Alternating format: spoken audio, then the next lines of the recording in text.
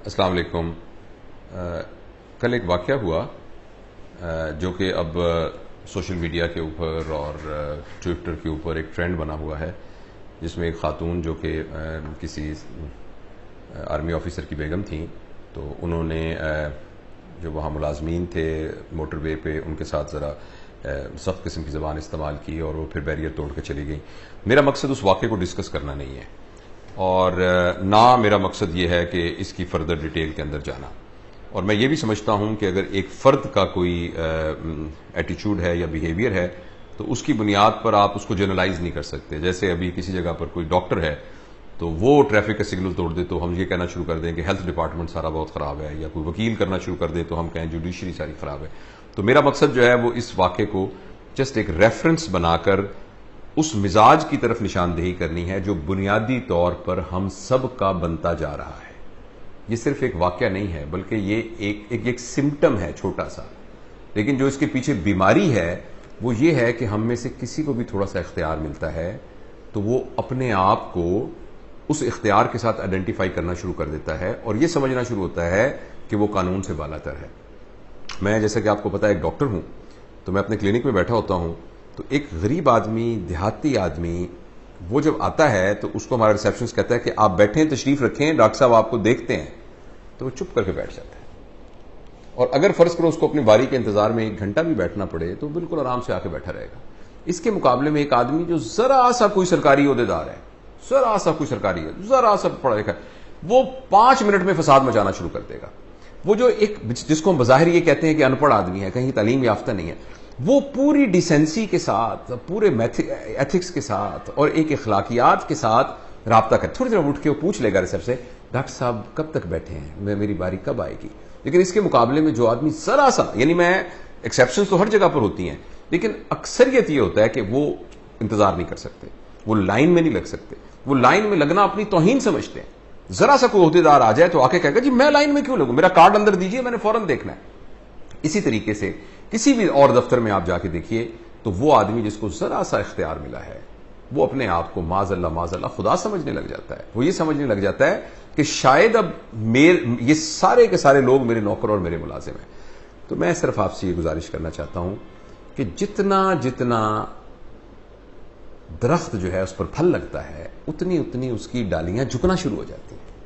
جتنا آدمی بڑا ہوتا جاتا ہے عہدے میں، اپنے مقام میں، اپنے علم میں، اپنی حیثیت میں، ویسے اس کے اندر اپنی ذات کا استحضار زیادہ ہونا چاہیے،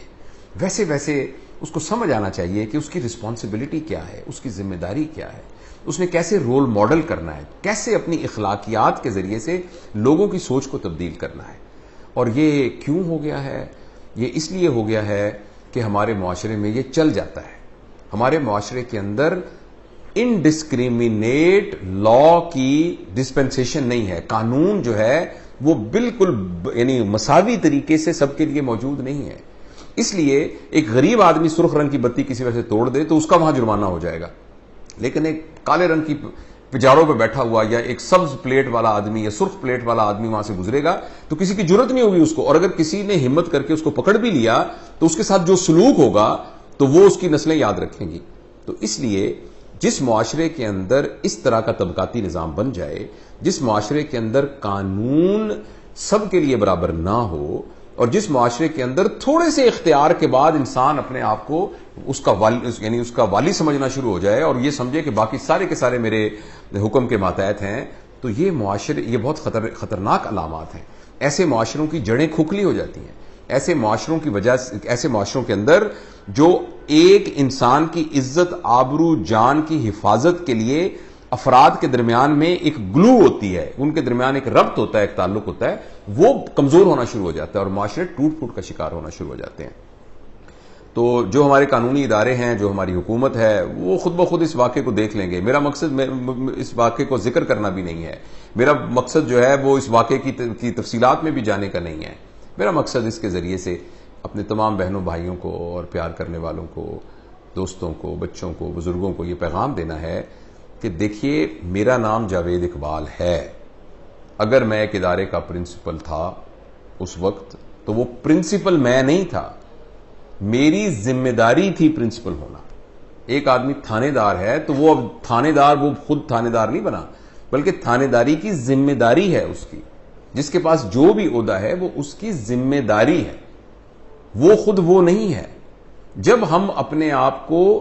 اپنے حوالوں کے ساتھ آئیڈینٹیفائی کرنا شروع کر دیتے ہیں اور اپنے آپ کو وہ سمجھنا شروع کر دیتے ہیں جو بنیادی طور پہ ہم نہیں ہیں، تو اس کی وجہ سے ذاتی طور پر بھی بگاڑ پیدا ہوتا ہے اور پورے معاشرے میں بھی بگاڑ پیدا ہوتا ہے. اور اگر آپ اس کو انسانی سطح پر دیکھیں، فرض کریں ایک شخص زور زور سے چیخ رہا ہو اور یہ کہہ رہا ہو تمہیں جانتے نہیں ہو میں کون ہوں، میں یہاں کا ڈاکٹر ہوں، میں یہاں کا پروفیسر ہوں. ایک چیخ رہا ہو اور ایک اور آدمی کے اوپر چیخ رہا ہو جو بیچارہ ایک دفتر کے اندر چوکیدار ہو. ایک آدمی باہر سے دیکھ رہا ہو تو دیکھنے والے کے دل میں کیا آئے گا؟ اس کو وہ چوکیدار بڑا آدمی لگے گا یا یہ چیخنے والا ڈاکٹر یا پروفیسر بڑا آدمی لگے گا؟ یعنی ہمیں اتنی سی بات بھی سمجھ میں نہیں آتی کہ جب ہم اس طرح سے بہیو کر رہے ہوتے ہیں تو ایسا کرنے سے تو عزت بڑھنے کی بجائے کم ہو رہی ہوتی ہے، ایسا کرنے سے ہمارا مقام کم ہو رہا ہوتا ہے، ایسا کرنے سے ہماری معاشرے میں بھی عزت کم ہو رہی ہوتی ہے، اپنی نظروں میں بھی کم ہو رہی ہے، اور جو ہمارے پیدا کرنے والے خدا کے سامنے کم ہو رہی ہے اس کا تو وہی جانتا ہے، ہم اس کے بارے میں کوئی رائے نہیں دے سکتے. تو یہ بات ہمیں اپنے بچوں کو تربیت میں ڈالنی چاہیے. بچے اس وقت یہ کرتے ہیں جب ان کے والدین یہ کرتے ہیں، جب ہمارے بڑے ایسے کرتے ہیں تو پھر بچے بھی اس بات کے عادی ہو جاتے ہیں. ان چیزوں کو ہمارے گھروں میں ہمیں رواج دینا چاہیے. میں ہمیشہ اپنے دوستوں کو یہ کہتا ہوں کہ آپ کے گھر میں اگر کوئی ملازم کام کر رہے ہیں تو اپنے بچوں کی موجودگی میں اور ویسے بھی ان کی بہت زیادہ عزت کریں، تاکہ آپ کے بچوں کی یہ تربیت ہو کہ کام کی تقسیم کی وجہ سے کوئی بڑا آدمی یا چھوٹا آدمی نہیں بنتا. بڑا آدمی اور چھوٹا آدمی اسی طرح بنتا ہے جیسے قرآن میں کہا ہے ان اکرمکم عند اللہ اتقاکم،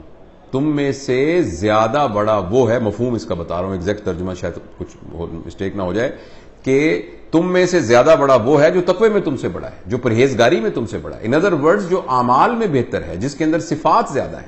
جو سچا زیادہ ہے، جو ایماندار زیادہ ہے، جو پولائٹ زیادہ ہے، جو کیئرنگ زیادہ ہے، جس کے اندر خدمت کا وہ بڑا ہے. صرف عہدے کے بڑے ہونے سے کوئی بڑا تھوڑی ہو جاتا ہے. تو اس لیے اس واقعے سے ہمیں سبق سیکھنا چاہیے، اپنے گھروں کے اندر ہمیں وہ مزاج بنانا چاہیے، ہمارے جو انسٹیٹیوشنز ہیں ان کے اندر ہمیں یہ مزاج بنانا چاہیے کہ جو پروٹوکول ہے وہ بنیادی طور پر تقوی کی بنیاد پر ہو، اخلاقیات کی بنیاد پہ ہو. اللہ تعالی ہم سب کو عمل کی توفیق نصیب فرمائے.